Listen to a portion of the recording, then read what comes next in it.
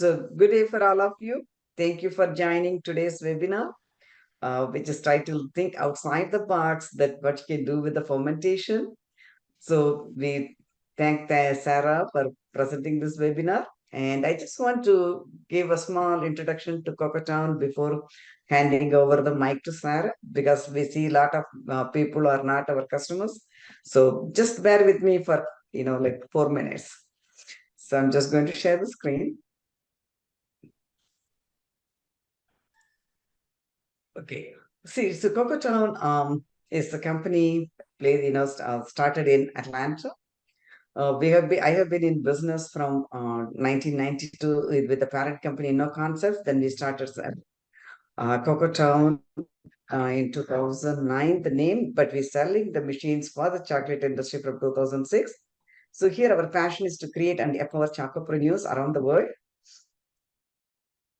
And then our mission is to pioneering craft chocolate technology through sustainable solutions. And our vision to be one-stop shop for chocopreneurs and foodpreneurs to create award-winning chocolates and best-in-class gourmet foods through expanding the line of technologically advanced equipment, education through Cocoversity and empowering chocopreneurs webinar series, and showcasing cocoa farmers and micro businesses in international festivals. And, like I said before, we started in 1992 as a specialty kitchen trader. But then when the recession hit, we wanted to diversify. And then that's when we found out the chocolate industry. Only MacGyvers can get into the chocolate industry, or they have to buy the expensive equipment that was out of commission in Europe and then refurbish it and use it.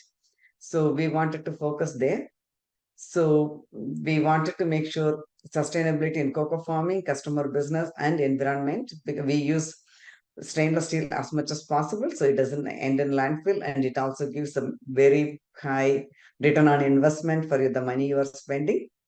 And this is a timeline of our business. So 1994, we started exporting to Canada, and then we had the commercial grinder in 2006. We started selling for chocolate industry 2007. We sold the commercial grinders. Then we added all the other machines, and we also have the patents on some of the machines, and some of the machines we are on the way. We are submitting. It's not approved yet. And then in 2020, we had to pivot again, and we saw everybody was locked in, and most of the world, they were they couldn't even get out of the house. So we thought Empowering Chocopreneur webinar series will be a good way to motivate them and keep them updated on the subject. And thank you all for receiving it very well. And these are our pillars: equipment, education, and exposure. And we have the price transparency. All our prices are on the website, and we also have the consistent pricing structure. And we also provide financial assistance for people who want to grow but they don't have the immediate money. Please contact us. And then we have enabled accelerated bean to bar craft by making it more accessible to anyone anywhere in the world. And then even farmers can add more value by selling well fermented beans to the bean to bar chocolate makers, or they can sell semi processed products like nibs or coaches. And then we also have the the small home scale, or entry level, that you can start like half a kilo of chocolate making all the way to 90 kilos per batch in the melanger. And then our winnower can process 100 kilos per hour cracking and winnowing in the same machine. And then we also pay a lot of attention to R&D. And our motto is Loka Samasta Sukhino Bhavantu. May all beings everywhere in the universe be happy and free, and may the thoughts, words, and actions of my own life contribute in some way to that happiness and to the freedom for all. Thank you. Now I will hand over to Teresa. Thank you. Thank you, Mrs. Balu. Well, welcome everyone. I'm tasked with a little bit of housekeeping. So first, I'd like to welcome everyone. Thank you for joining us today. And thank you, Sarah, for agreeing to give this presentation. I would like to let you know that you will receive a link to view the recording at a later date. So check your inbox for that. So you don't have to take notes. You can, but you you'll get the link to view the recording later. And then also what we would really love for you to do, if a question comes up, you think of the question, go ahead and put it in the chat. We'll do the question and answer at the end of the presentation. But if you put it in the chat, then we'll not only have a written record of the questions, but you won't have to remember your question. You'll be able to go ahead and put it in the chat as it comes up for you. Okay, so that is the housekeeping.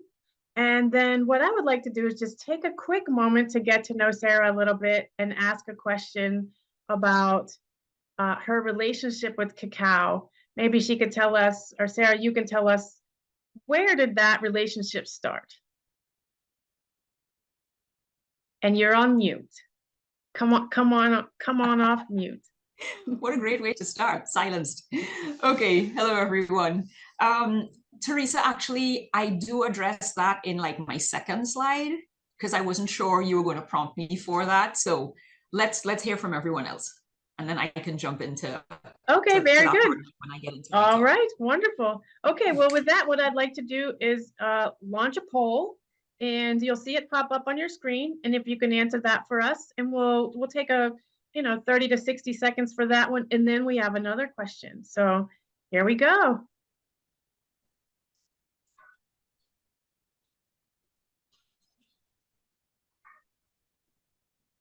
And if someone could put in the chat, because we don't get to see the poll, because we're not the ones that are getting polled, if you just pop in the chat that you see the poll, that'll be great. Well, I see it. Oh, you see it? Oh, see, I don't. Yeah, I'm shocked. I'm surprised to see it, which is great. Well, I know if everybody else saw it. Oh, here comes some answers. Beautiful. Okay. Very good. This is actually very nice to see in real time. Yeah. Thank you, everyone, for being willing to put your answers in the poll for us.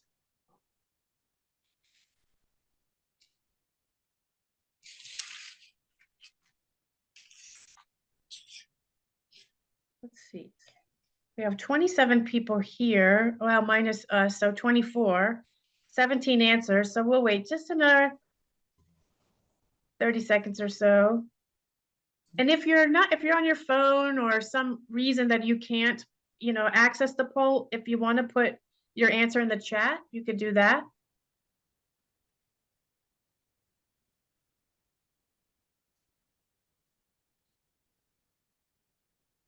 Okay. All right, we're getting there. 21 out of 27. Looks like everybody might give us an answer.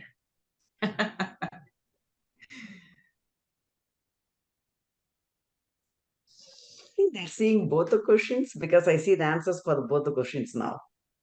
Oh, yeah? Yeah. You scroll down, both the question answers are there. I don't know what that bottom one is. Doesn't have a question. I don't know. It doesn't have a question. It's untitled question. How's that for data collection? I know it just says untitled question. Untitled. So what is that question? There's no question. I don't think that is a question. Okay. Okay, well, 23 out of 27, that means only one person to force. It's fine. I think we can go on to the next that's one. why they had to answer. Thanks, Kim. Okay, they had to answer. So let's end that poll because it looks like everybody had a chance to answer. And I will briefly share the results. Can you see the shared results, Sarah? Yes, I can. Got the information. All right, so let me know when you're ready and I'll launch the other question. Ready to go. All right. Yep.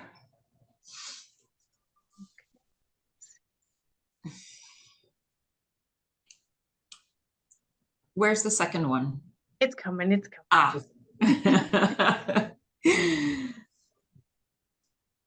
Okay. This also has a second question. Sorry, please ignore the second question. Answer only the first question, please. Well, to Kim's point, they have to answer the second question in order to get out.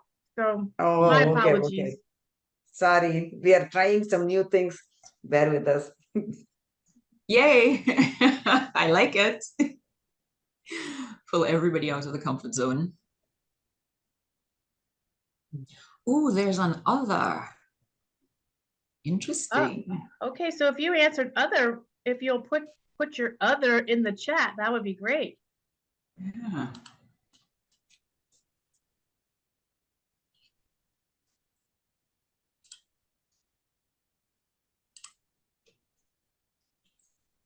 Ooh, where did it go? Oh, I guess, Yeah, Steve, did you say other and you said all of the above?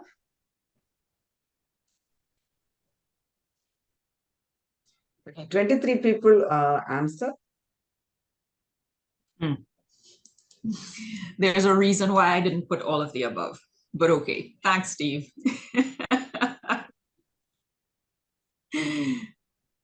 Oh, okay. The other was that they don't have any experience at all, and Thanks, Colleen. that's an answer. Not a problem. Okay. Do we feel Okay, complete? so Shall I end the poll? yes, yeah, end the poll. All right. And I'll For share some reason, briefly. oh, Now, can you see the results? I wanted to capture it. Yeah, so I can. Okay, great. I did Yes. it, sir. I will send it to you. I did it already. Okay, thank you. You want me to email it to you? No. I took a screenshot because I wanna be able to keep an eye on it during the talk, and especially when we come to the question sessions. All right. So I'll stop sharing and I will turn the floor over to you, Sarah, and we are so excited. So can we have some timelines? So I effectively have how much time to be able to? Well, it's 10:15 and we are scheduled till 12. So you feel that time, however. Okay, And because if I you want to leave as much time for questions as possible, yeah, to address what comes in the chat, and then I may throw some questions out to the very, very participatory audience. Very good. If you need us for anything, you let us know and we'll jump in and do whatever you Sounds need. good. Sounds Okay, good. very Thank good. you. Thank Okay, so let me you. make sure I can share the screen. Let me know that you can actually see. And I'll go into full presenter mode once I know We can see it. you're seeing. Yeah. Yep. We And gotcha. just as a I guess a bit of a preamble, I am going to cut my video so that I reduce the bandwidth. Okay, the internet connection may or may not be as stable as I would like. Okay. Let's see. Hang on. Okay. I'll cut the video and. Okay, Teresa, we're still good with screen view? Yes, ma'am. Yes? Okay, great. Yep, Thank we're you. good. Awesome. Okay, so greetings, everyone. Wherever you're joining me from, wherever you're joining us from, I really want to say thank you very, very much for making the time to be with us live here today. And for those who are not able to make it live, thanks for joining in anyway after the fact. But your questions and your comments are always welcome, whether it's live or delayed. We're here to discuss, okay? Now, it's my hope that what I share with you today, at least one little thing is going to resonate with you, or at the very least prompt you to question and further explore in your own journey with cacao and chocolate. Now, for those of you who may or may not be familiar with me, I always say this to folks when I am asked to share, exchange, teach, learn alongside others. I expect there to be disagreement and I want the pushback.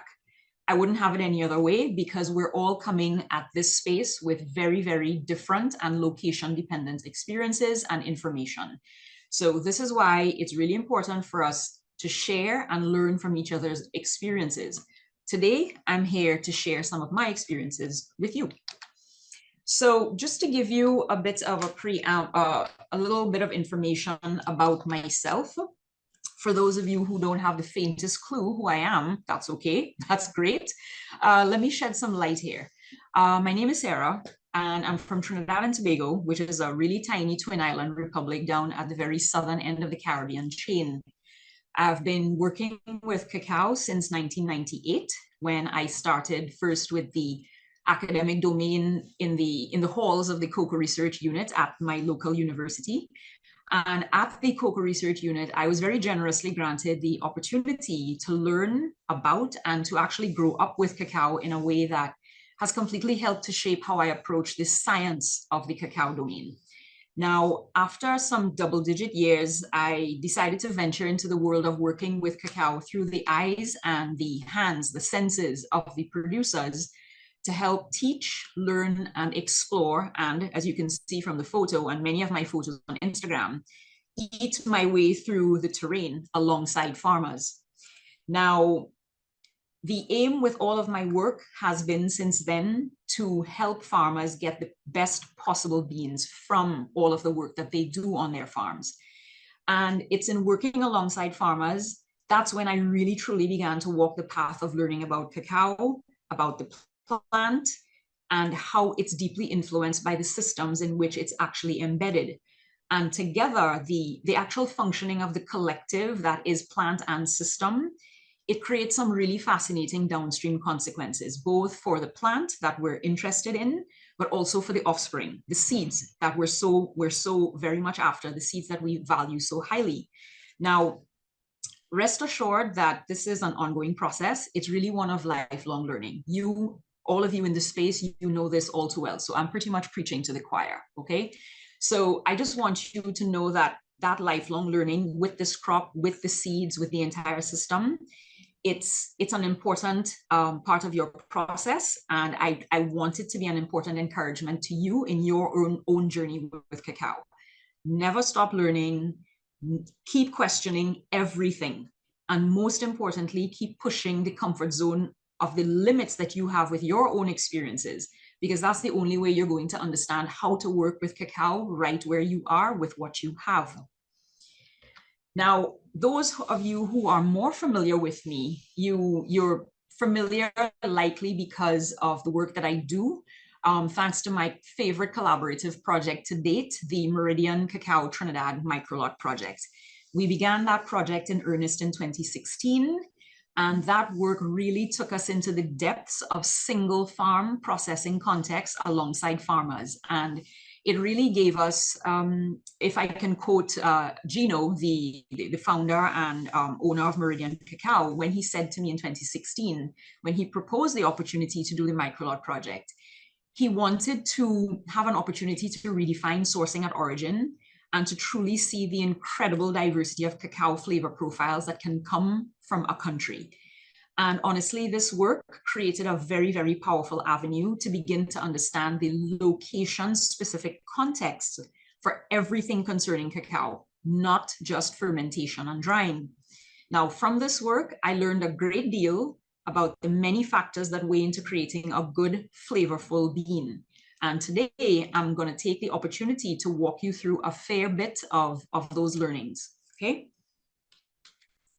Now, from the very beginning, one of the things that I always do when I have the opportunity to share with folks, it's that of managing expectations. And I know that there are those among us here who would have come with very specific expectations. Once you hear a talk about cacao flavor, we just buzz right into, fermentation and all of that good stuff, which many, many experts in the space are quite capable of doing as well, okay? I want to set some parameters here. First off, we're likely to have a very broad range of attendees with varying levels of expertise. And from the poll, I can see already that we have quite a dominance of folks who have a fair bit of experience. And then we also have those who are coming to this as a blank, ready to learn slate, okay? Now, because of that diversity, I have intentionally not designed this to be a deeply technical presentation. I'm not sure how successful I was, but you'll tell me at the end of it, okay?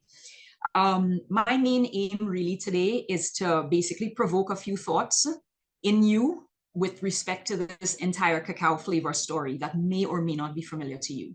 I want to share with you the insights and questions that I have had through my own practical involvement with cacao and its soil to seed story over the years. And these are insights and questions that have been prompted by the incredible body of knowledge that exists across the producing world, thanks to nature, thanks to farmers, thanks to researchers, and thanks to other practitioners across the many domains that fuel this industry. I want to always acknowledge that I build on the work of the collective. And for that, I'm really, really grateful for all of the contributions that come from all of the very different corners that help us to understand better and make improvements right where we are with what we have. So today, strictly speaking, this is not going to be a masterclass, okay? We're here to discuss I'm here to share with you a number of ideas and questions that I have, findings that have come to me through the body of work that exists. And I want us to use it as an opportunity to either visit or revisit what we think we know and understand about the processes when it comes to cacao. And then hopefully in going through those principles of the processes, I'm hoping that it will in some way allow you to find solutions for your own location-specific context, right? Now, if you remember nothing else from this presentation, please, please, please remember that cacao systems, like anything else in nature, they're fully dynamic and biological systems from start to finish. So if we're talking about growing healthy plants and getting high quality fruit and processing to dried seed, we're talking about many, many variables that are very complex, that weigh into very complex processes that influence every single step, okay? And if we change one, we change two, we change several, we change all of those variables at the same time, it's going to create a shift in the matrix, okay? We're going to have different results under what we consider, with our limited abilities to perceive certain things, we're going to have very different results under seemingly the same conditions. And that's going to have 100% impact on the plant's health, the ability of the plant to produce and produce well. And of course, if we were to bring it straight home to the topic at hand, the degree of expression of its genetic flavor potential in the seeds. Continuing, I want to say this. Given the fact that we base a lot on science and what science is revealing, there are a number of things that we still do not yet understand at a scientific level. And I want us to keep in mind this particular quote that I stumbled upon that I particularly like, that says, science is not the truth. Science is finding the truth. And when science changes its opinion, it didn't lie to you, it actually learned more. And I say this because in many scenarios, in working with farmers and working with chocolate makers, different folks in the industry, because everybody wants a nice single silver bullet, recipe solution to all of the things that we would like to achieve in the space, it's very hard for us when we hear about certain processes and what the science says, and then 2 weeks later or a year later, it's completely upended. And we're like, but they said. Yes, they said then, under those contexts, with the information that they have. Things are always going to be evolving, changing. That's the dynamic nature of life. And we need to learn to embrace that diversity. That's why we're here, okay? But what I will say this, what we do understand, thanks to what science and practice have been able to bring to our attention, we can use those understandings and we can manage well with our cacao systems. And it's actually, to date, it's allowed us to make tremendous advances in how we work with cacao. So let that be a bit of encouragement to you. Now, with everything said so far, I really just want to share two things with you that truly define how I work with cacao, okay? For those of us who work with cacao in boxes, this is a literal, but it's also a figurative reference, okay? Cacao may be in a box, but do not box it in. Okay, cacao has shown me over my very short time with it that when you think you understand what's going on and you decide you're going to be very dogmatic about how you approach it, it throws you a curveball. Okay, don't box cacao in. Allow it to show you what is really there. And I want you to not limit your thinking as to what can be done and how. And most of all, do not impose what you think should happen just because you want it to be so. And I'm talking about processes now, okay? When we impose, I see this all the time. When we impose what we want to get out of the system, we end up risking, we end up ignoring all the signs that the languages of the entire system, all the signs that we're getting to help us work better with this plant, with its fruit, to ultimately get what to what we're really after, the deliciously flavorful seeds that make us, they just keep us coming back for more, okay? So gentle encouragement. Please be reminded, you cannot coax out of the seed what is not there. And I'm hoping that what we explore today in this talk, it's going to have you better understand why I'm making this, this statement, okay? You're free to disagree with it. That's not a problem at all. We're here for all of it. I just want you to understand how we more and more need to create the enabling conditions that allow the seeds to actually reveal themselves.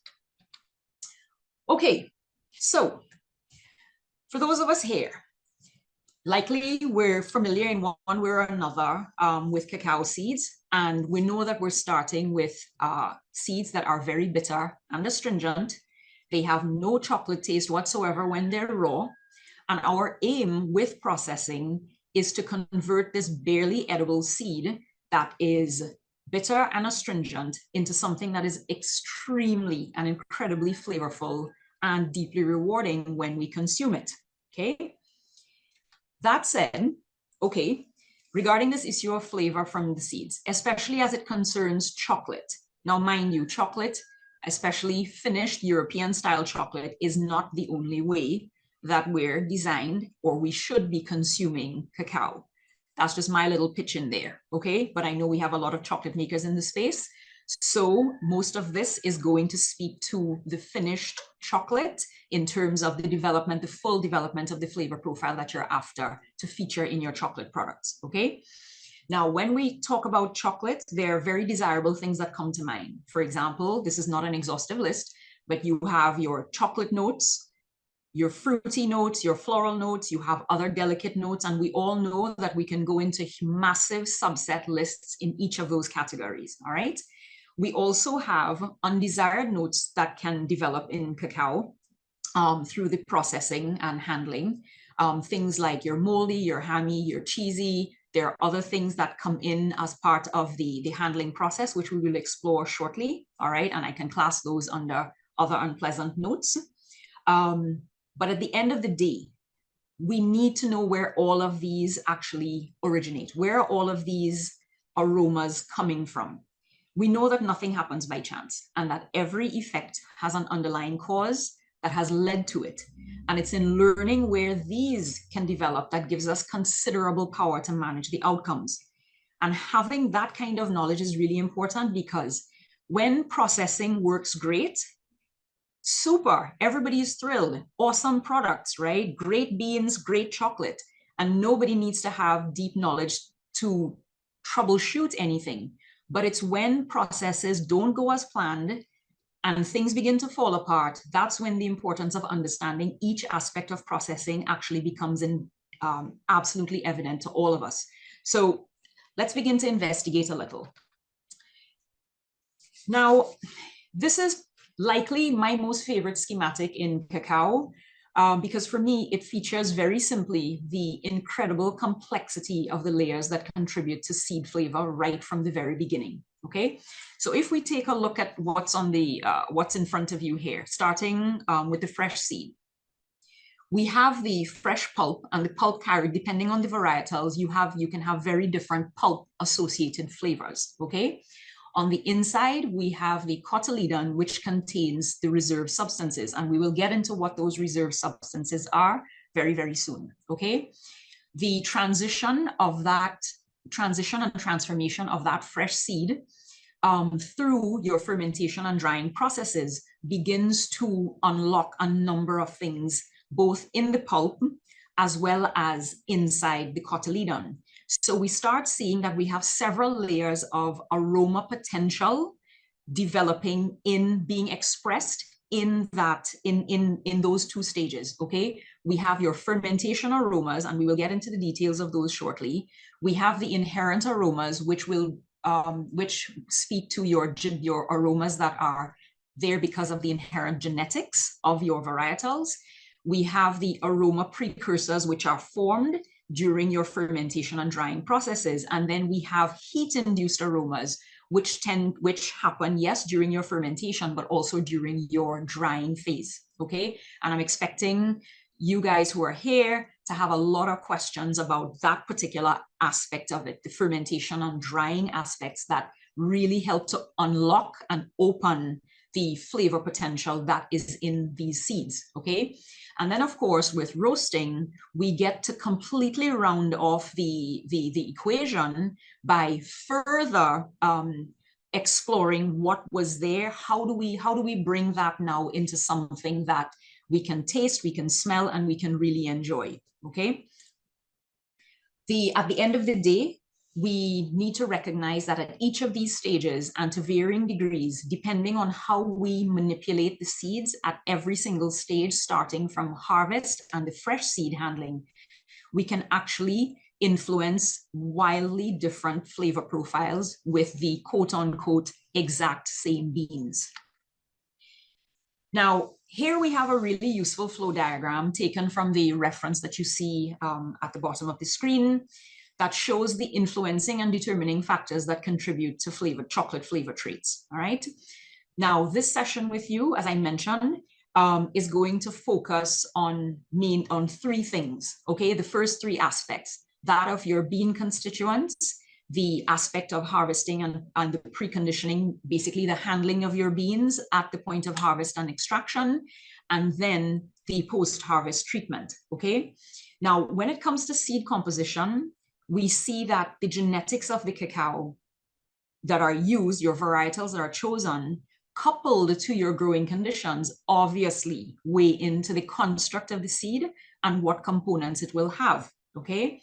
Now, at the harvest stage, we recognize the importance of the maturity of the seeds, okay, and the handling of the seeds prior to their processing. And different locations will use different methods to precondition the seeds based on what they wish to achieve with the end result in your fermented and dried bean.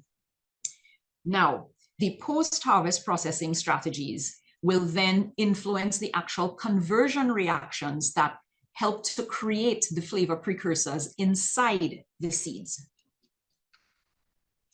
Now, all of those factors in that little schematic there, at least the three that I was referring to, that I say that I'm going to really focus on, if I explode those a bit to highlight some more detail so that we can get into the proverbial weeds about each stage, this is what it looks like. This is by no means an exhaustive compilation. I am sure that there are those of you in the audience who can add some extra things to this, and feel free as you're listening, you're taking notes, put it into the chat, other things that you think should be included in each of these categories, okay?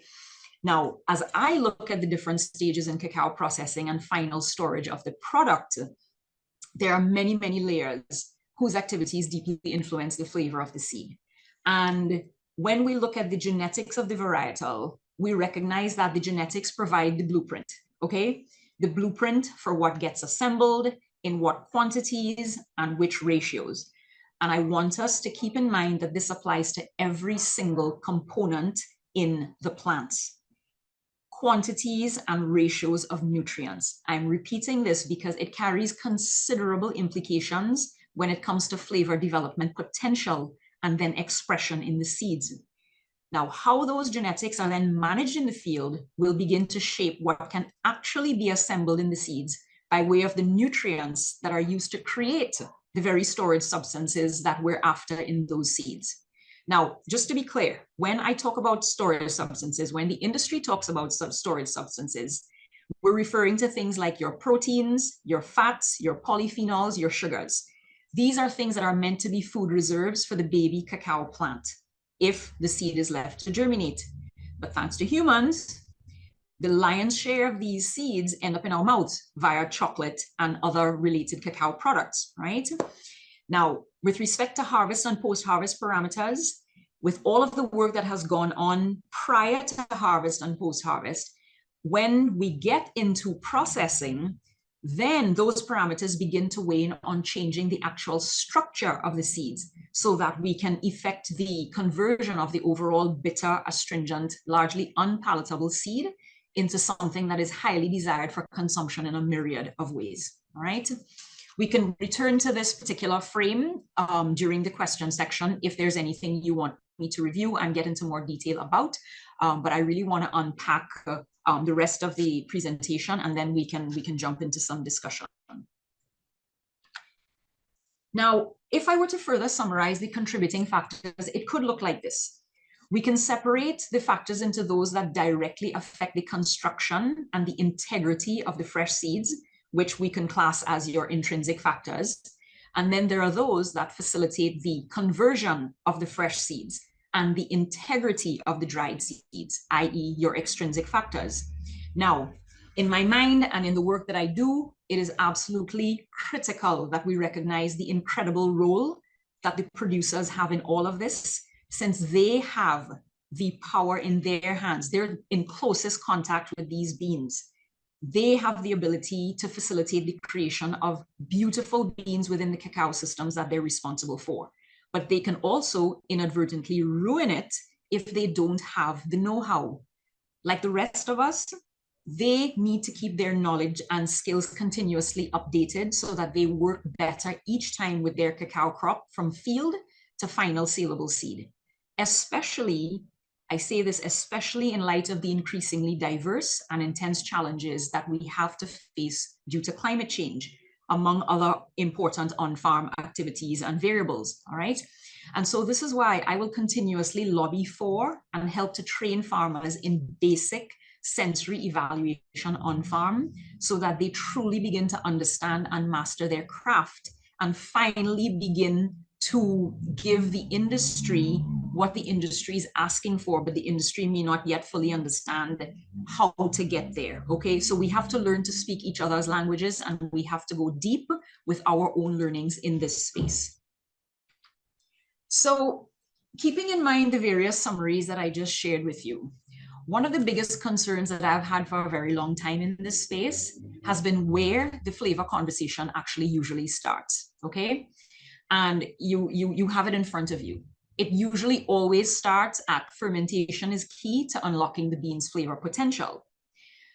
We tend to make very cursory mention of the genetics and the growing environment, but then most of us then quickly move on to the fermentation story, which ends up getting the most press, right? Now, it is not to say that that statement is not a truth, but my concern is for the flavor potential to be unlocked, it actually needs to be there first, right? I say this because far too often I see folks in the industry working themselves into a frenzy over what they can and cannot force out of a particular bean. And in some cases, we find them openly complaining, well, it must have been the fermentation problems, or it must have just been crappy genetics of that particular varietal. And then the blame gets tossed everywhere that they can send the blame, okay? And maybe it's true. Maybe the fermentation was somehow responsible, but where's the data to prove it, okay? And what if you're not working with the so-called crappy genetics in a way that allows the bean to really show what it's capable of, right? And are you trying to pigeonhole a particular varietal into a product line where it's not meant to go? We can have that discussion at the end, okay? My thing is, have we looked at all of the influencing factors to really make an informed comment about where things did and did not happen with these beans and the processes? In the end, we all need to appreciate where all of this starts, okay? So as we go through the presentation, I want you to keep in mind, if fresh beans, your seeds, do not have the right types and the right amounts and the right ratios of the storage substances, i.e. your flavor precursor building blocks, you're going to have very limited commercial value of those beans. And fermentation, I don't yet know of fermentation sorcery that will help you to change that. The deficit will always be there, and fermentation will not be able to change that. So in order to get to the origin of all these flavor precursors, I started asking myself a few questions and going down the science rabbit hole, okay? Where are these flavor precursors in the seeds coming from? If we were to give a very simple answer, and it's never a simple answer, but here we go. The storage substances are what are basically broken down, opened up to lead to your flavor precursors, and we will get to that shortly. But these storage substances, as I mentioned earlier, they include your proteins, your sugars, your polyphenols, okay, among a few others. Now, how did they get there? These storage substances, they're assembled using the nutrients that the plants would have accumulated during the growing cycle, so that they put these storage substances into the seed for use by the young embryo. That's provided we let the seed germinate, okay? But remember, we're after the seed with all of this good stuff. So the storage substances end up being for us, okay? Where are most of these nutrient building blocks coming from? The soil. How are these plants accessing them? Ideally, with a lot of the understanding that has come through plant physiology and all of the associated science of studying plants, ideally, plants are accessing the nutrients via very complex and aggressive, healthy microbiome relationships. Now, that is found in well-managed natural systems, and the plants are getting what they need in an on-demand way, and that has some serious implications for the quality of the seed, all right? Now, are the plants getting what they need in the way, form, frequency, and timing at which they need it across our growing landscapes? Well, it depends. Are we helping or are we hurting the vigor, productivity, flavor potential, and long-term health of the plant, its seeds, and the entire system by our methods of working with these plants, with these crops? To be determined, okay? So if I take a slight but important detour to continue on the plant soapbox, if you will, which I tend to stand on a lot more these days, I really want to draw our attention to the broad levels at which nutrients are accumulated for use in the plants, for building the plant itself, for building the fruit, and then ultimately the seeds that we're after, okay? Now, when it comes to plant development, health, and vigor, we essentially can have loose classification into two modes of action that contribute to the health of the plants and the actual ability to reproduce and reproduce well. We have chemistry-based approaches, which lead to your sugar formation, and then the conversion of your various compounds, inclusive of nitrogen, into your amino acids, your peptides, and your complete proteins. Now, I'm specifically pointing these things out to you because these storage substances are crucial to what we're trying to unlock in the beans, okay? Now, the biology-based approaches to increased health and then reproductive performance in your plants, those biology-based approaches, they lead to increases in your lipid and fat levels, which are very, very important for not only plant defense, but also fat inclusion and sequestration in your seeds, okay? And for those of us who may not know, cacao is a seed. Generally, the varietals carry at least 50% fat. So it means that understanding how this fat is accumulated and how it's basically stored in those seeds is super important for those of us at producing level, okay? Now, also, the secondary metabolite production, it's something for self-defense, and I will get into what the secondary metabolites are shortly, but I just want you to know that these secondary metabolites are a very, very crucial part of the plant's process and basically health, okay? Because secondary metabolite production is there for self-defense, but many of these secondary metabolites are also very interesting flavor compounds. So when it comes to the fats and the plant secondary metabolites, as mentioned just before, we're talking about plant and system health and defense, which is important for us as at the producing level, because if you're not producing, you can't have a viable farm, okay? And what science is now beginning to understand, the level of complexity with all of this is that when it comes to these compounds, when it comes to overall health and defense, you need a dominant and healthy soil microbiome. This has huge implications for how we manage our cacao systems, okay? That'll be for another presentation, another time, but I just wanted to make sure I drive these points home because we take too much for granted in this space, and we're starting to see the consequences of taking those things for granted in our, the reduction in productivity, problems with plant defense, explosion in diseases across our fields. We have got to go back to root causes by understanding what's really going on, okay? Now, In listing the secondary metabolites for you here, your terpenes, your phenolics, your nitrogen-containing compounds, your sulfur-containing compounds, I want to specifically draw your attention to the words that you have in bolded orange there. The flavonoids, group of compounds, your group of phenolics that include your polyphenols, which you know you have in your cacao seeds. And then we have the alkaloids, which include your methylxanthines, and the methylxanthines will include your caffeine and your theobromine, which are very much found and very integral to your cacao seed. Because, and we just to mention for those who may not be familiar, the polyphenols and your caffeine and theobromine, they contribute to your bitterness and the astringency in the seeds. All right, and with the processing of the cacao seeds, we're aiming to reduce that bitterness and astringency while increasing actual desirable flavor.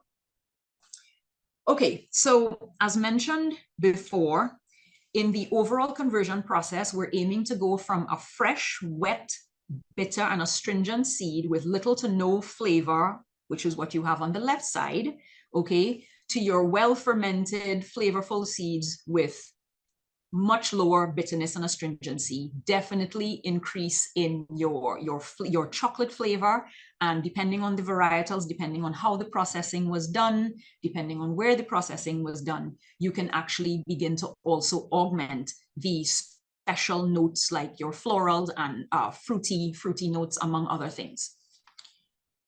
So to be able to achieve that, as we mentioned, going from fresh, wet, raw, not tasty to super tasty, we have to subject the seeds to what we call overall the fermentation process. And this is, if I were to give you this process in 4 photos, this is what it would look like, okay?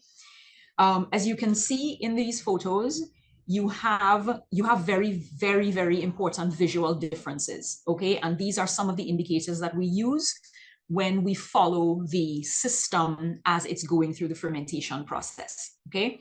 If we start from the left, we basically have the fresh, white, clean, pulpy, tart, sweet pulp of the seeds on the left. When they're subjected to the various fermentations that happen in the pulp, we go through the first, we generally consider it the first phase, which is your alcoholic phase, in which your yeasts will dominate. And during that time, you have some activity of your lactic acid bacteria. So we do have 3 levels of fermentation: your ethanolic fermentation, your acetic, and your lactic fermentations taking place, but in fairly not discrete, but definitely noticeable phases during the process. All right. So we go from the alcoholic smell into that acetic acid smell. And depending on your location, depending on the microorganisms that are dominating in your mass, the strains, the actual species, they will determine, their activity will determine the intensity of the alcohol that is produced, the intensity of the acetic acid that is produced.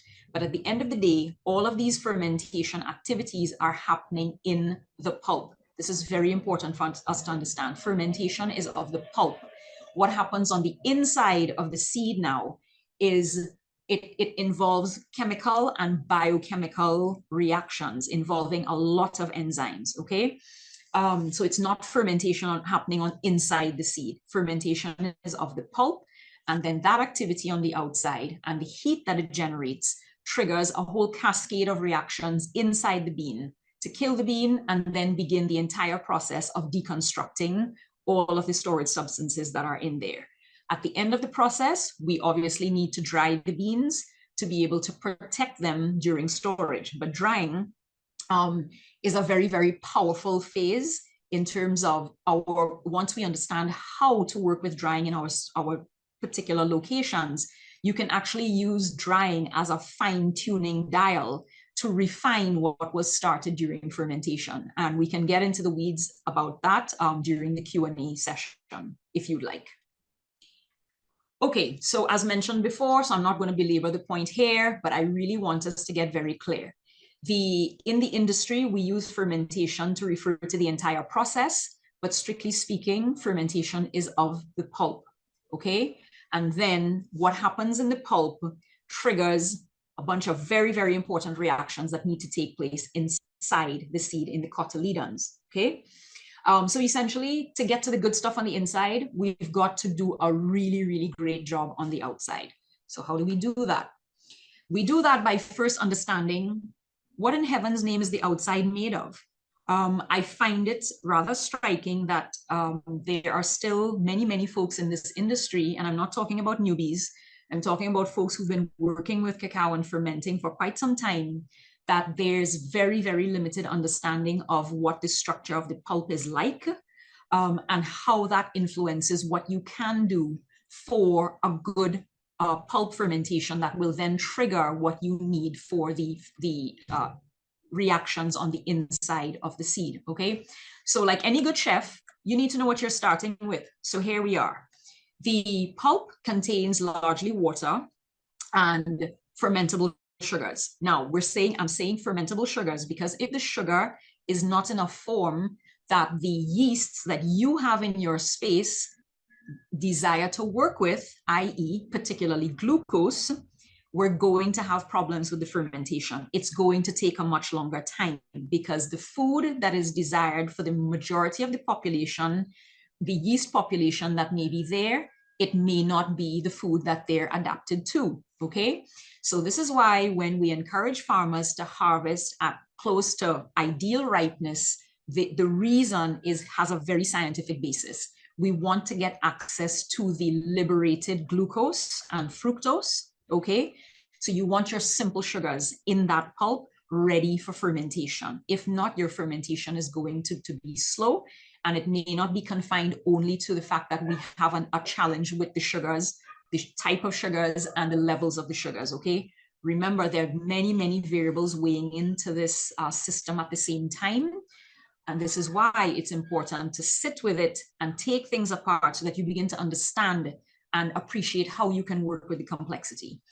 Now, in the pulp, we also have the citric acid, which gives you that sharp citrus note in some varieties, not necessarily all. Sometimes the citric acid levels are quite low in some varietals that I've tasted.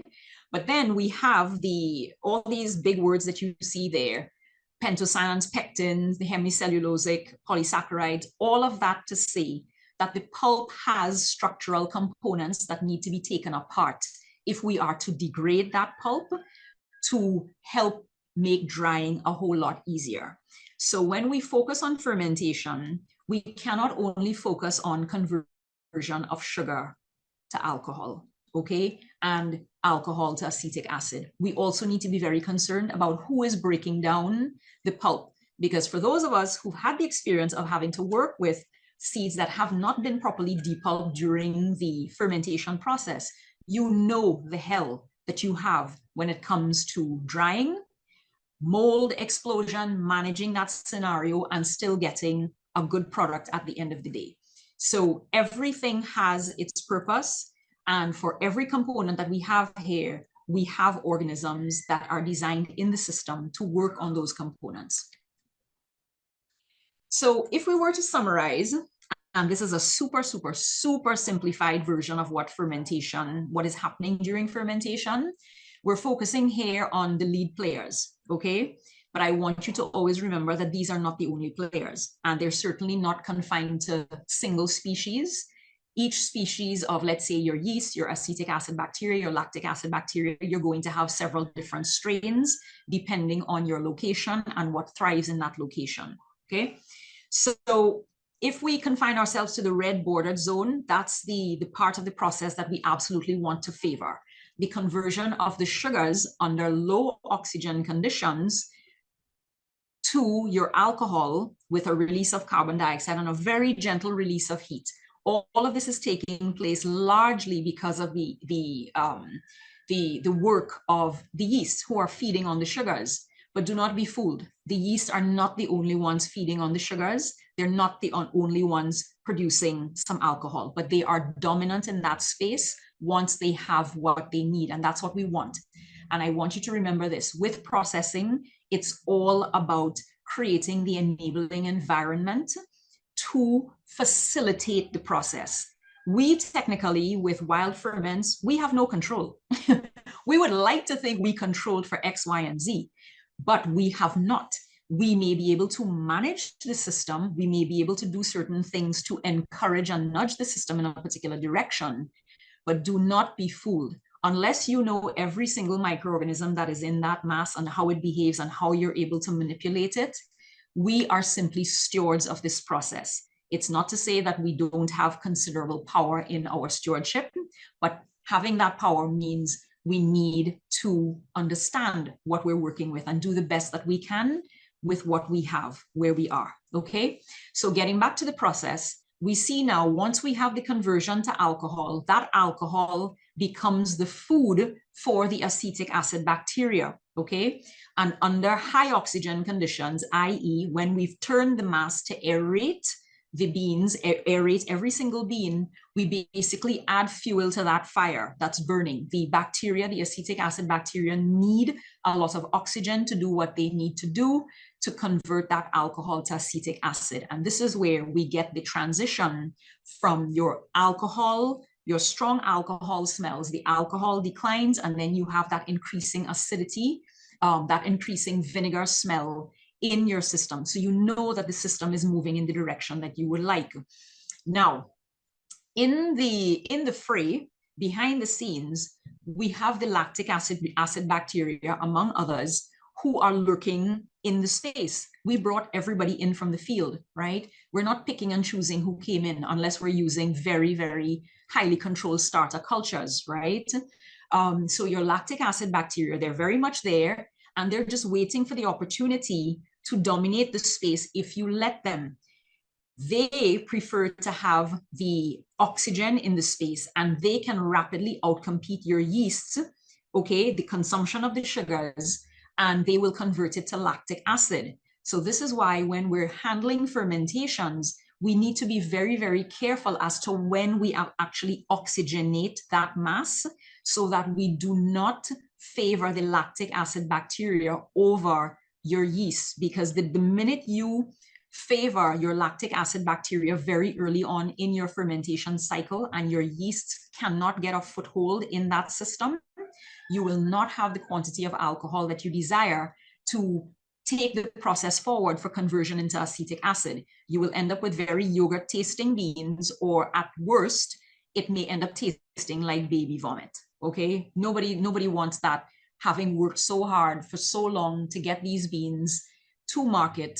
We're not interested in lactic acid dominant beans, okay? Because lactic acid, you cannot drive it off with drying, you cannot drive it off with roasting. It's there to stay. It's what we call a non-volatile acid, which is the opposite of what happens with acetic acid. Acetic acid is very volatile, so it can move, okay? We can use drying to coax it out of the bean. We can use roasting and grinding to further move more acid out of the bean. But understanding how all of these function, what you can and cannot do with them, is important to how you're able to manipulate these beans. Okay, so I want us to keep a very important point in mind whenever we think about spontaneous fermentations, okay? These processes are not run by single organisms, single species, okay? On the absolute contrary, don't let this image, don't let this graphic scare you. You're not to remember or even read any of this, all of it. You're just to take away from this that we have a lot of players who end up in that fermentation mass. Some of them have not even yet been identified, okay? So this is just a collection of the microorganisms that they've found in fermentations across the world. Some of them exist in some locations. Some of them are very common to all locations. Others are less so, okay? Different farms in the same country or region can have different varieties and different strains. So you can have one set on your farm and the farm right next to you, because of the location-specific and microclimate conditions, among other factors weighing into the actual survival of these organisms. You can have very, very different organisms and activity on your farm compared to your neighbor who's right next door, growing exactly the same varietals as you, okay? I'm hoping that slowly but surely you're beginning to understand how many layers of variables we have weighing into this system. So when there's when folks are adamant in the space about we want exactly the same flavor profile from season to season, or even within the season, from year to year, it makes it extremely difficult, if not outright impossible, for the farmers to keep to that if they themselves don't understand how complex this scenario is. So this is why we all need to take some time to really sit with the information and really begin to appreciate that if we're going to walk this talk of diversity and embracing diversity, we need to be here for all of it.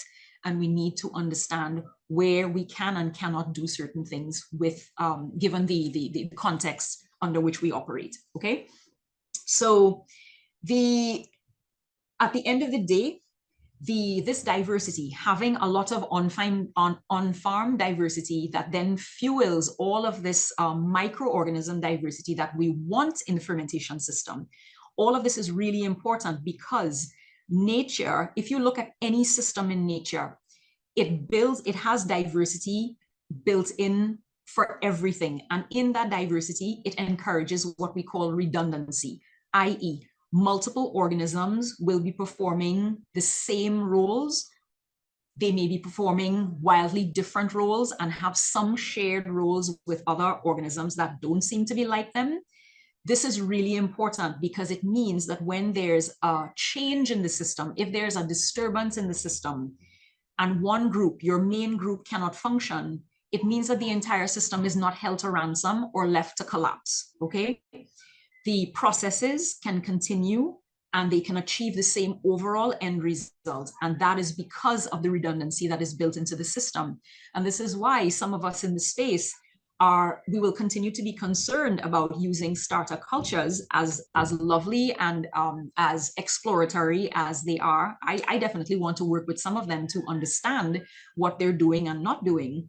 We have to recognize that when we start narrowing down who ends up in this mass to work on that pulp, we actually have to have way more human control over the process, and it may or may not go our way. I'm just going to leave it at that. I will leave it open to discussion at the end. Okay. Right. So where are those organisms coming from? I think most here and others who will maybe join us at another time, we all pretty much know the spiel by now. The microorganisms are everywhere, okay? They're coming from the air, the workers who are handling the pods, the tools that are used, all of your containers, bags, buckets, your fermentation vessels that are used, depending on the type of material that your fermentation vessel is made of. It will favor certain microorganisms and not others, depending on the cleanliness or not of your fermentation vessels. It will favor certain organisms and not others. You also have microorganisms coming from your fruit flies, your wasps. I'm famous for always having bees show up when I'm dealing with fermentations in this country. They're all attracted to the yeast, the sugary pulp, and the juice, and they bring with them all of the microorganisms and help to inoculate the mass, okay? Please, FYI, do not encourage houseflies on your beans, okay? And I say this not in jest. I've had to work with farms where the processing facilities are right next to animal cages, and that has not been a happy scenario for the fermentations, okay? Houseflies, you definitely don't want houseflies walking all over your beans and pulp. It gets very messy, completely unhygienic, and it's very, very difficult to manage the fermentations when they're involved, okay? But the point I really want to get at with where these microorganisms are coming from is that the lion's share is actually coming from the fruit itself. And science is only now beginning to understand that we need to start paying a lot more respect to what is happening in the producing space, in the field. Because if the bulk of the more microorganisms that we want, especially your yeast, the research is showing some really interesting things with respect to the evolution of your yeasts on the maturing cacao pod. It has crucial implications for how the orchard is managed, especially when it comes to spraying so-called organic or not organic things to protect pods, for things that are sprayed in the field to manage weeds, etc., etc. We can go down a rabbit hole with that one, but that's not why we're here today. I just want to make sure you understand that we have to recognize that everything is connected. If we don't, we will not understand when problems arise, where we actually need to go back to address the root cause of the problem, right? So let's talk a little bit about these microorganisms that are, you know, the workforce, the microbial workforce that is in the space doing the necessary for us to be able to achieve what we want in the space. So your yeast, and what you're seeing in this photograph, those little white dots, those are all yeast colonies, okay? Sometimes you will see them in some ferments. The ferment is absolutely infested with them. You can actually see them. In other fermentations, they're not this visible, okay? But I was fortunate enough to have very early on the ability to see the colonies. And if you can't see them, you sure as heck can smell them, okay? Once you have yeast in a space, and the yeast that you want and doing what you want in that fermentation mass, you can actually smell them. So let's take a look at what the yeasts actually do, okay? The primary thing we're interested in, which fortunately for us they do, they convert sugars to ethanol, okay, with a release of carbon dioxide. Some of the yeasts actually feed on sucrose, some feed on glucose. This is actually the preferred for many of the species and strains that have been found. Some use sucrose as an energy source since they can't use anything else, okay?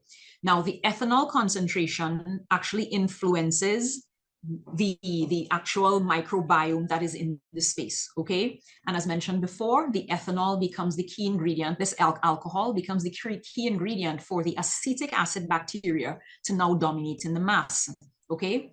So we were looking at, in that fermentation process, a transition from one species and especially between strains to others, because research has found that during the fermentation process, you have some strains, for example, with your yeast, you will have some strains that will function under certain conditions at X time in the fermentation in your box.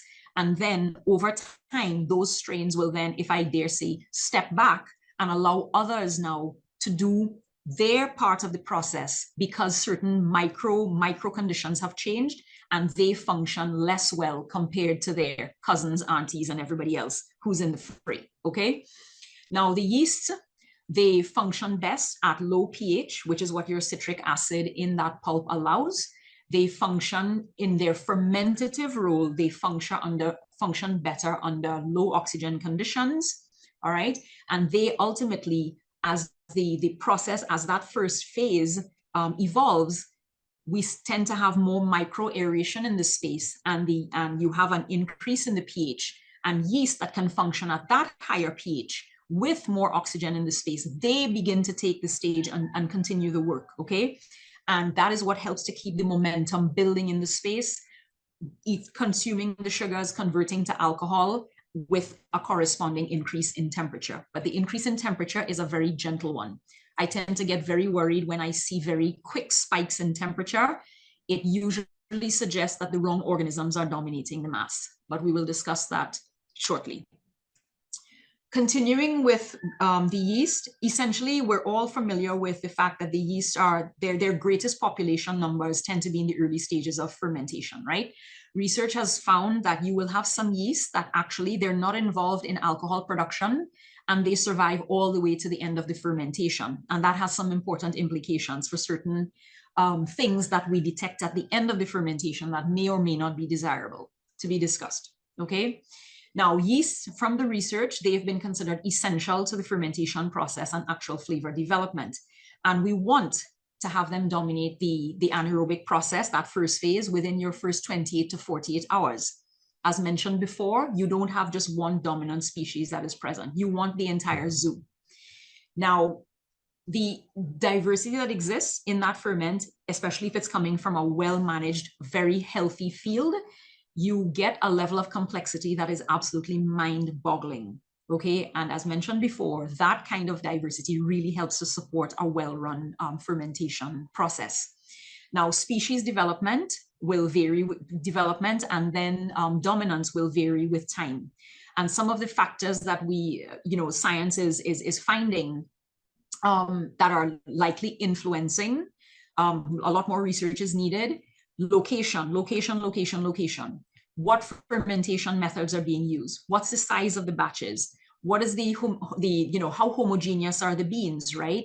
In terms of your varietals, is it a single varietal ferment versus crazy hybrids, a whole mix of all different kinds of things with different pulp qualities, etc., etc. Okay, but we also have with respect to homogeneity of the bean mass, we're talking about the time that the mass is left at the various stages, the quality of the turnings, the number of the turnings that you do. What are you after? What can you do to influence the final result? Okay. Then, of course, we have your ripeness of the beans. What do you do to those beans when they've been harvested? What sort of preconditioning happens to influence what makes it into that fermentation mass? Okay. We also have, among the yeast, they don't only produce your ethanol, they produce a huge range of secondary metabolites. There's that word again, okay?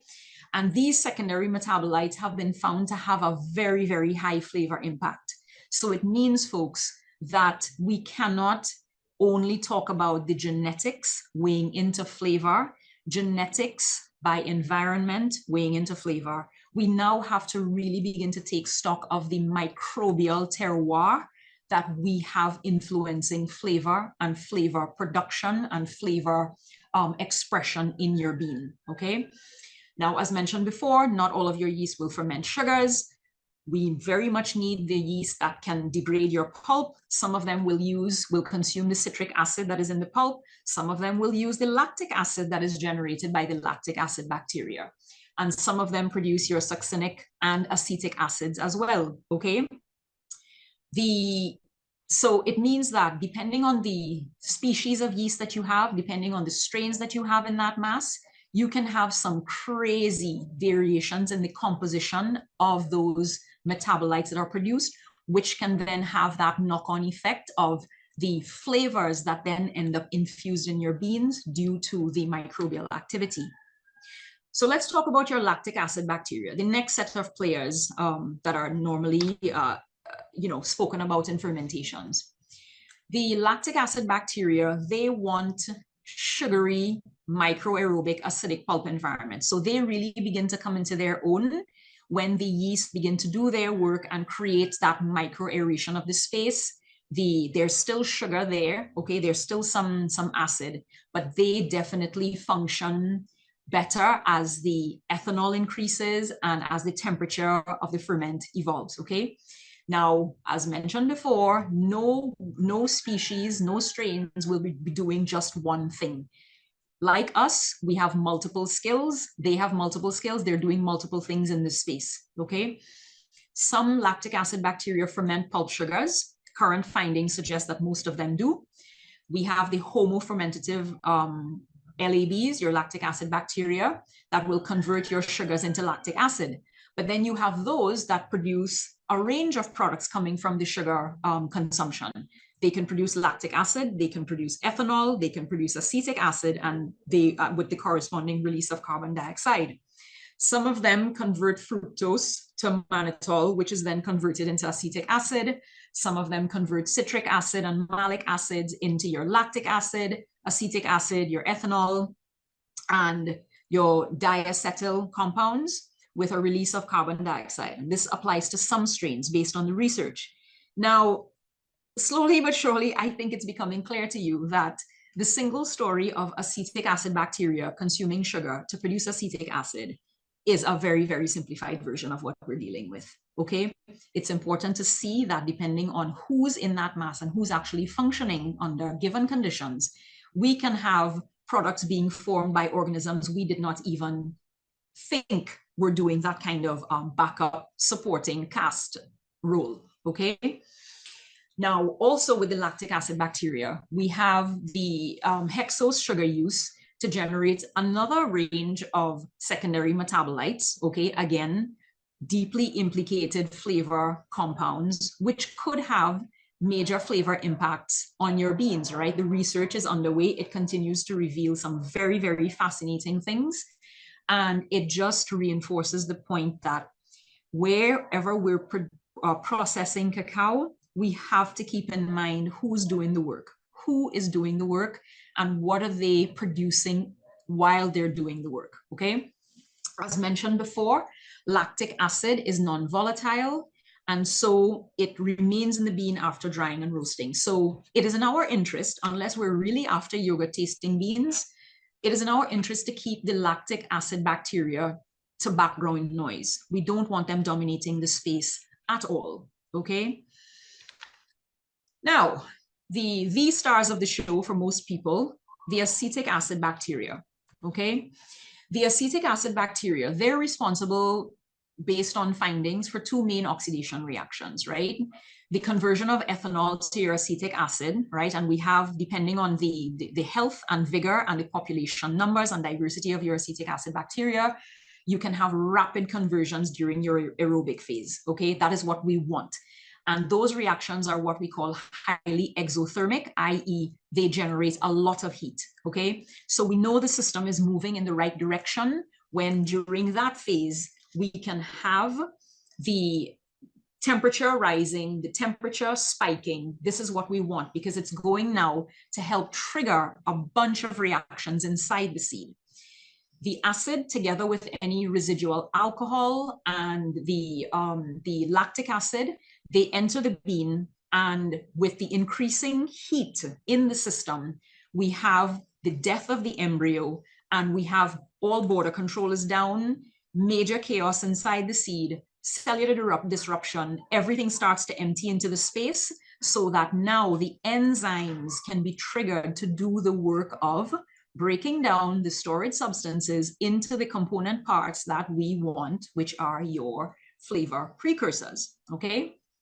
Now, with the acetic acid bacteria, the pulp sugars and the acid actually keep the acetic acid bacteria activity to a minimum. It's not that they're not operating, but they're very, very low. We're all about focusing on who needs to be facilitated to be dominant in a given phase where they are needed, okay? So in the background, your acetic acid bacteria have been found to be producing different kinds of acids, the aldehydes and ketones, which could impact bean flavor. Again, research, okay? A lot of stuff is happening behind the scenes to help us pull the veil back on all of this complexity that is taking place in this one tiny seed. The acetic acid bacteria, the lactic acid bacteria, the yeast, as mentioned before, they're not the only players in this mass. We also have other kinds of bacteria, and those that we need to pay attention to are those that are usually considered the undesirables, okay? The Bacillus species, they are not fully understood. Again, a lot of work is underway to understand their contribution because it has been found that they can produce a variety of metabolic products. They certainly can contribute to increasing the acidity in the fermentation system, but it seems they're also capable of producing some desirable flavors. Oh, wow, surprise. That's interesting. So our desire to label X as good guy or Y as bad guy, you know, the lines may be a bit blurred, okay? And we need to be prepared to deal with that kind of, what is it called? Not paradox. It seems to be just opposed, okay? But you can have one thing doing good and bad, depending on the prevailing conditions, okay? The aerobic spore-forming bacteria can also very much lead to undesirable flavors. And usually once you go past the ideal stopping point for your fermentation, they begin to dominate the mass because the conditions are now ripe for them to be dominant in the mass. It appears that they also continue to degrade the pulp after the decline of the yeast. So it means they have a good guy role in that respect as well, okay?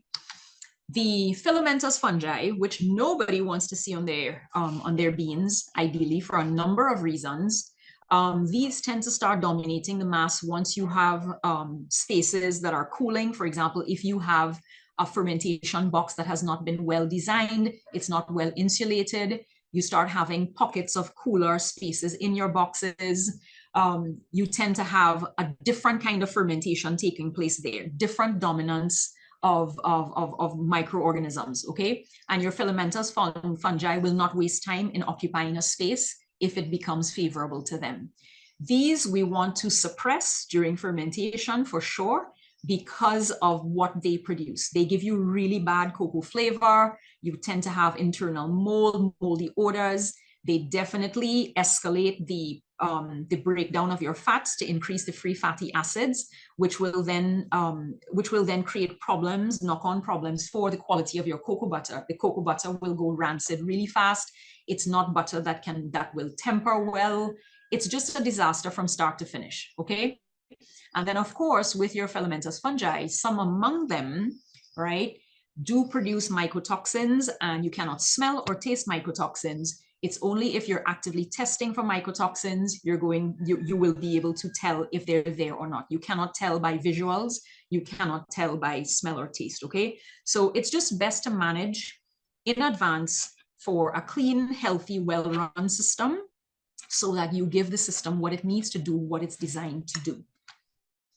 Okay, so after all of that, if we were to take a look, a cross-section of the bean, to take a look at what is happening in terms of with the fermentation of the pulp, which is what you're seeing on the outside here. Maybe I should use the pointer. Okay, so we have the pulp here. We have the ethanolic, lactic, and acetic acid fermentations happening here, degrading, and you have the yeast et al. Degrading the pulp as well. We have the production of the ethanol, which is being consumed to convert it into acetic acid, but you will have some residual ethanol coupled to acetic acid and lactic acid that enter the seed, okay? With the increasing heat, it, as mentioned before, and as many of you likely already have deep, intimate knowledge of, it kills the bean, and then all hell breaks loose, okay? Your storage compounds, everything that would have been confined to little sacs and cells, border control is down, everything is mixing, the pH, the acidity inside the bean now approaches a level where the enzymes are activated to do what they need to do to break down the storage substances, okay? And if we look at, in the same way we looked at the pulp constituents, it's important to understand what the cotyledon constituents are like, and they're very varietal dependent, okay? Here you have purple beans coming from particular genetics. If we're dealing with, beans coming from varietals like with your Criollo genetics, we will have white beans or at least pale pink beans, okay? And then your quote-unquote Trinitarios in the middle there with a range of purples and pinks, okay? But if we were to focus on what the cotyledons are actually comprised of, we see that in your cotyledons, we have water, we have your proteins, we have bolded here your storage compounds that we keep referring to because they're what we're after. The proteins, your starch, your sugars, we have your fat, okay? We have some structural compounds. We have your polyphenols, okay? We have your theobromine and caffeine. I referred to these earlier, okay? And we start off generally with a pH at roughly 7. Now, within the cotyledons, if I were to get a little more precise, especially when it comes to the breakdown that is happening and what we're trying to release into the space so that the enzymes can work on them, we have two kinds of cells. Don't be distressed by the large word there, the parenchyma cells, okay? They're just types of cells. We have these two types of cells. They contain, you have the polyphenolic cells, and then you have the lipid protein cells.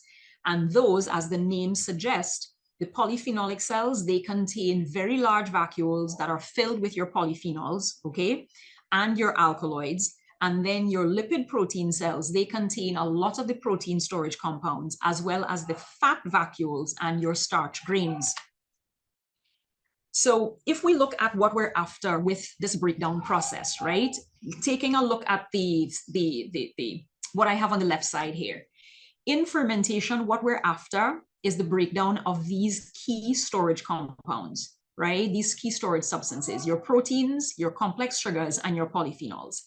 All of these are acted upon by the enzymes to be able to produce your flavor precursors, which are your amino acids, your simple sugars, and you have some polyphenols being involved in the reactions with your amino acids and simple sugars to generate your aroma compounds during the roasting side of things, okay?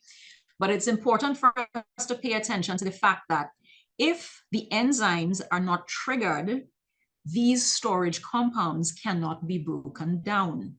If the enzymes are not released in sufficient, if the enzymes are not available in sufficient quantities, they do not have the conditions under which they can best function, they will not provide proper conversion, full conversion of these storage compounds into your aroma precursors, okay? This is really, really important for us to understand. And so if I were to look at the storage proteins, for example, breaking down the storage proteins generally what we focused on have been the globulin and albumin components, okay? Under good fermentation conditions, we do not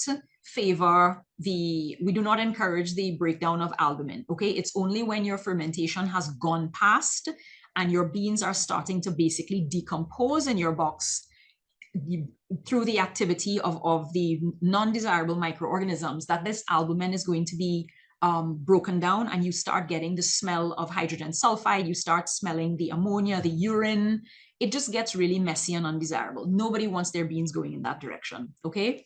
But if we focus on the reactions that we do want, we see here that the protein, the storage protein, the globulin component, we want the enzymes to convert, to basically break the globulin down into peptides and your free amino acids, okay, which become your flavor precursors, okay? Now, for that to happen, the enzymes that are concerned, at least for what they found, there are two enzymes that are really, really crucial to this process. One is aspartic endopeptidase, and it functions at a pH of 3.8. And then you have serine carboxypeptidase, which functions at a pH of 5.8. Now, I have this arrow here because it's really important for us to understand that one enzyme's work and end products actually fuels the work of another, okay? And this is where now this whole story of pH becomes so important, and the actual acidification of the beans, the sequence in which it happens, the rate at which it happens, the intensity at which it happens, i.e. the concentration of the acid that enters that bean and the time that it's allowed to stay inside the bean, has huge implications for the free amino acids that we want to go forward for roasting. It has huge implications on the oligopeptides that are produced for basically assembling your flavor precursors, okay? All of this has massive implications for the next step in terms of what the chocolate makers are able to do when it comes to roasting. Because if these components are not liberated in your seed through a good fermentation process, there is nothing that the chocolate maker can do to change that. Nothing. So it means that the work at origin has got to be on point. We have got to keep increasing our ability to understand what is really happening so that we understand how to manage the process. Now, with respect to the polyphenols, as mentioned before, the polyphenols have been found to contribute significantly to green and fruity flavors, okay? Now, the polyphenols are very much involved in the reactions with sugar and amino acids, and overall, they contribute to the cocoa flavor and color in the seeds. So it means we can't take these polyphenols for granted at all. It is not just about we need to reduce astringency and bitterness. We need it reduced to zero. The polyphenols have a role in the flavor story as well. So essentially, if I were to summarize, the scientific and practical findings over the years have been showing and continue to show that these are the things that are crucial for maximum flavor development, right? In your fermentation process, the generation of the acid, we need that acid diffusion into the cotyledons, but the rate at which it happens, the intensity, the concentration of the acid is super important, okay? And then of course, the pH story. Yes, the pH story is important. And I know the questions are going to come, and I'm hoping the questions will come for this entire issue of the pH story. How do we measure? How important is it to measure, et cetera, okay?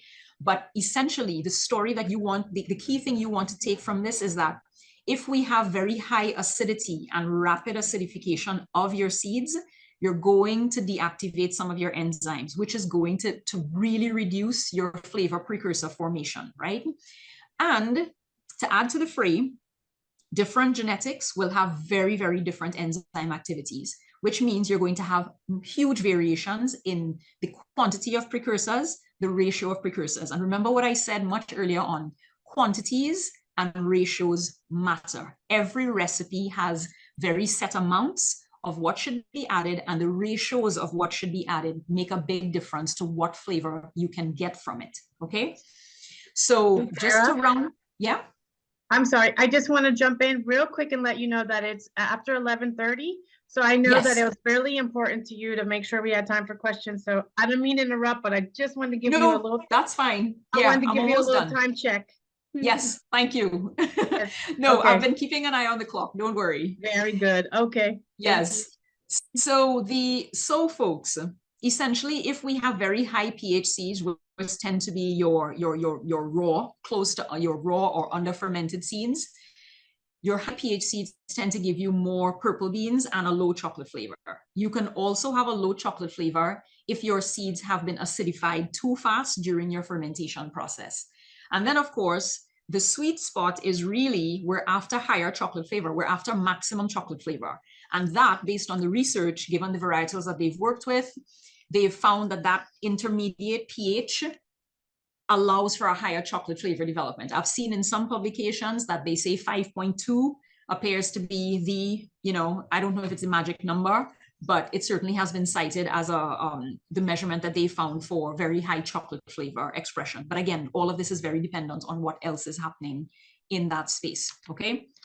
So we can come back to this during the Q&A, but this is just to give you an idea of the flavor compounds, the major flavor compounds that have been implicated in chocolate and cocoa.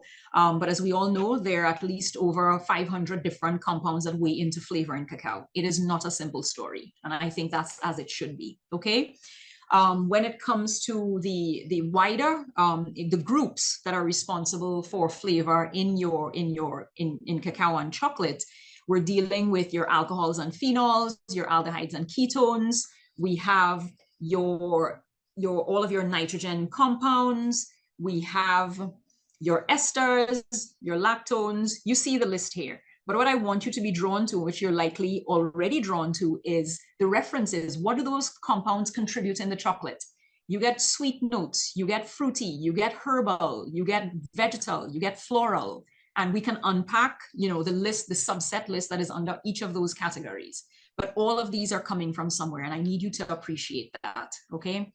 So just to bring you back full circle, when it comes to flavor development, we're dealing with a very, very intricately layered story, all right? So take the time, do all of your research, explore with your fermentations to be able to uncover the story in your own spaces, okay? And just as a gentle reminder, if the point has not been driven home already, you can have the same foods. If we were to replace the same seeds, the same genetic varieties, okay? You can have aroma profiles from those same foods with the same substances treated very differently, having different assemblages, different ratios and quantities of those nutrients, and you will get very, very different products, all right? So it's really understanding what you're working with, folks, and how to work with it. And I really want to have this dovetail to work that has been done by and presented by Dr. Esquez. I think the last webinar was Dr. Esquez and his work. He's not the only one doing similar work in the space, but he and I have certainly had a long history. He's very much part of my academic history in cacao since 1998. And we continue to discuss at length and collaborate on what he's been finding, what I've been finding with respect to processing dynamics, and really pushing the limits of what we think we know, what we thought we knew. So for those who may be interested, if you've not heard his talk, please, you can follow the link here or contact Cocoa Town for the link to his presentations. He did them in both English and Spanish. And then, of course, you can begin to dig into the work that he's been doing with various aspects of fermentation and manipulation of fermentation to be able to coax different flavors out of many, many different kinds of varieties. Okay, thank you very much for listening. Now we get to the real stuff, the questions.